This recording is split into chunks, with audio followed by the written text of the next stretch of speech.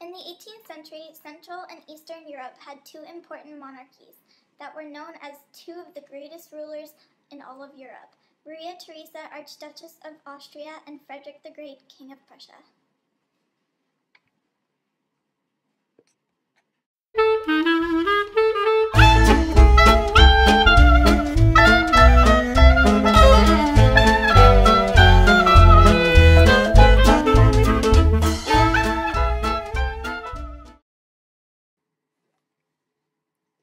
Maria Theresa, Queen of Hungary and Bohemia, as well as the Archduchess of Austria, began her reign in 1740 after the death of her father, Charles VI. Charles, not able to produce a male heir, hoped that Francis, Maria's husband, would be the one to hold the true power, therefore left her in charge without money, a weak army, and a lack of knowledge. Maria Theresa did very well at learning the ways of her father. With 16 children,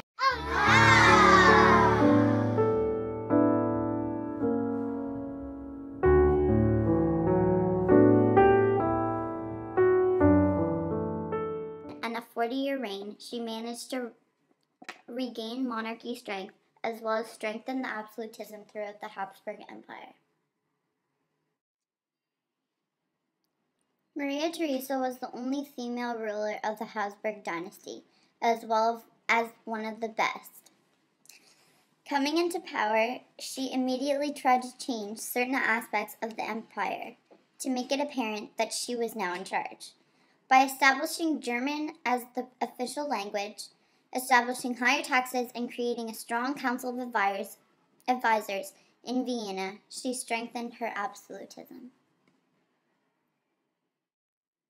In 1780, Maria's husband, Francis I, had an unexpected death, which caused her eldest son, Joseph II, to become Holy Roman Emperor in his place. However, his powers were limited due to the abdication of the throne.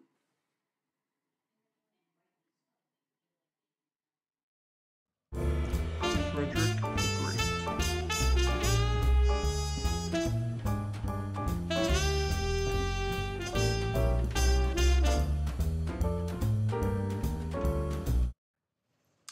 Frederick the Great was and still is one of the most famous German rulers of all time, due to his military succession and his domestic reforms that made Prussia one of the leading European nations.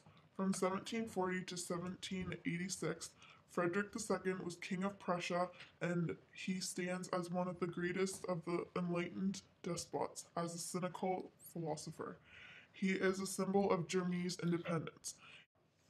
He had no children, but his immediate successor was his nephew, Friedrich Wilhelm II, as he ruled Prussia from 1786 to 1797.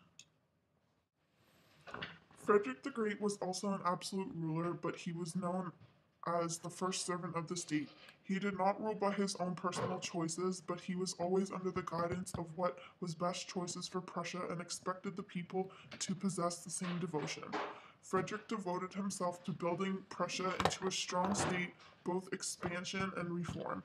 When he saw the chance to unify his kingdom by taking over the Austrian province of Silesia, an invasion was quickly planned. This went against an established treaty but argued for agreement between nations.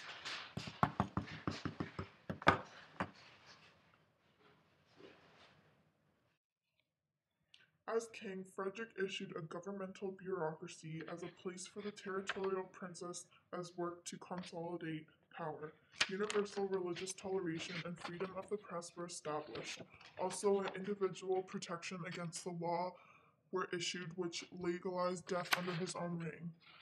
The first German law code and general education across Prussia was enforced, and financed agricultural reforms and rebuilt thousands of miles of road through the reconstruction of towns. When he died, 6 million people lived in Prussia's territory, increasing the land to 195,000 square kilometers.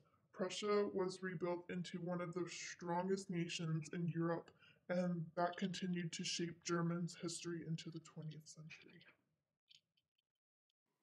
Frederick once said, "My people and I have come to a satisfactory understanding. They say what they like, and I do what I like."